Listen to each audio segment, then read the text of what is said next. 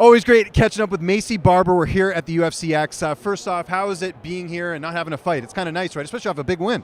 Yeah, coming off a huge win and being able to interact with all the fans is like incredible. This has also been a very long time coming because we haven't gotten to have an actual conversation in quite some time. Well, for sure. I thought you were going to say in person. I was like, we have met in person. But no, no. I think I'm trying to remember the last time. It's been a while. But let's talk about that last win. Statement victory. A lot of women have not finished Amanda Ribas. How satisfying was that? Because especially coming off the Andrea Lee fight.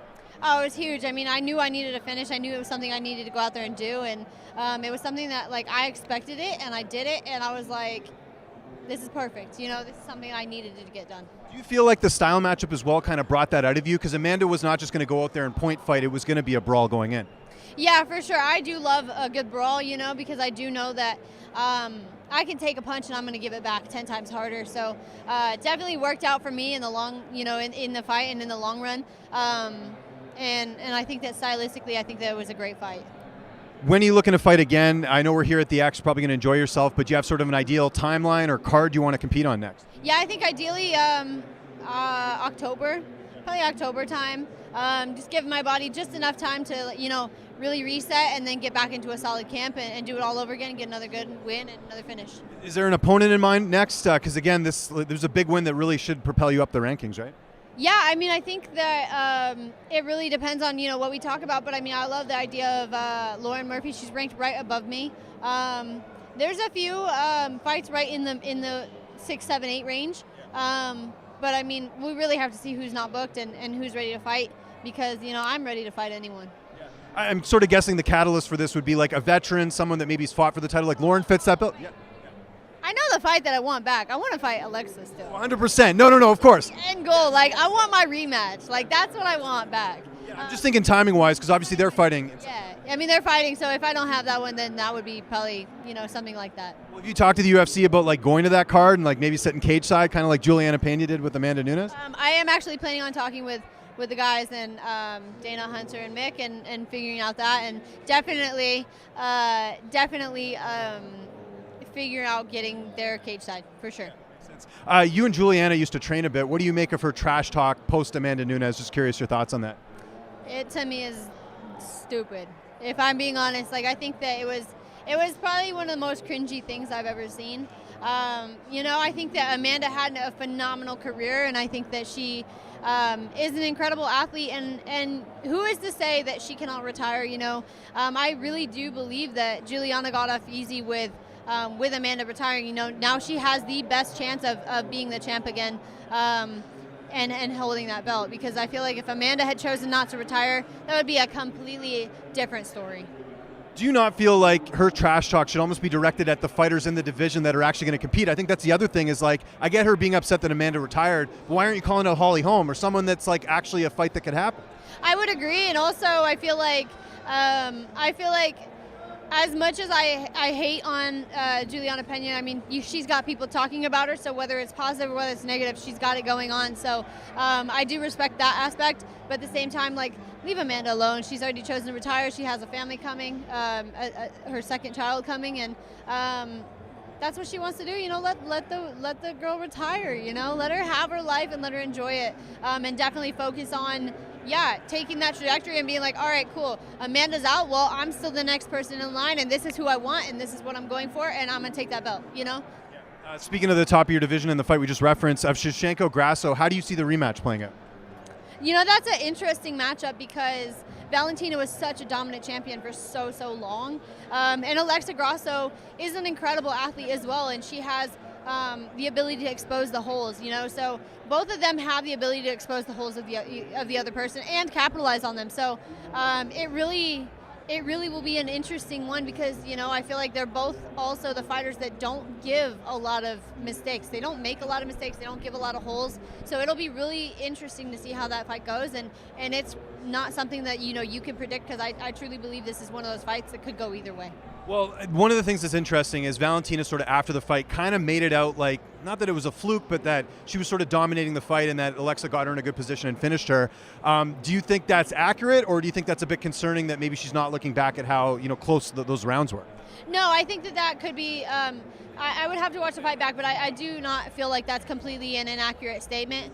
And also, I don't think, and I don't believe that Valentina is the type of fighter that, when she goes out and she does get exposed in a little bit, that she's going to make the same mistake twice. So I truly believe, Valentina knows what she's doing, and she's a very great, phenomenal fighter.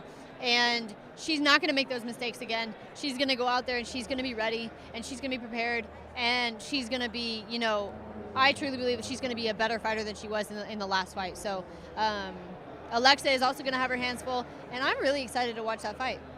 Valentina's been not so complimentary towards you in the division. Do you look at that as at least she's paying attention, or do you kind of get annoyed when you hear stuff like that? I honestly haven't heard a single thing she said, and I really don't care. No, but I mean, at the very least, though, it's good for the division to, like people are keeping an eye on what you're doing. It's better to be it's better to be noticed than ignored, right? So that's part. Absolutely. I mean, again, whether you get hate, whether you get love, it's still there. At least they're paying attention, and I mean.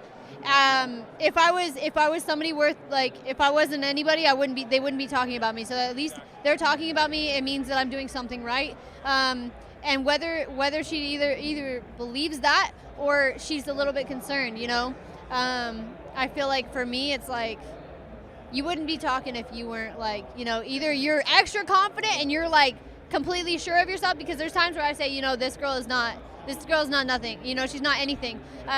So for me, I understand that, but at the same time, if she's throwing so much hate and so much hate and so much hate, it may be coming from a place of like, oh shit, she's coming, I wouldn't say it's that, but it's just more like I've heard her say some things. And then another person I know you've been kind of linked to in the past is Blanchfield. Obviously, big win for her over on draw. She's fighting Talia Santos. Just first and foremost, what did you think of her win over Jessica? I think that was a good win for Erin, but at the same time, I mean, I feel like something's up with Andrade where she just completely is a different fighter. She's not the Andrade that she used to be. And I feel like, Erin fought her on 4 days' notice. So to me, it's like Erin fought a 115er, someone who used to be a 115 at 4 days' notice.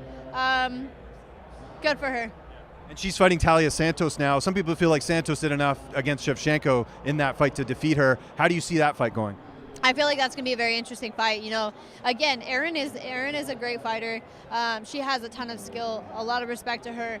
And Talia Santos, same thing. Like, she was the one that I thought definitely had the opportunity to beat Valentina had she not gotten that, giant thing on her head.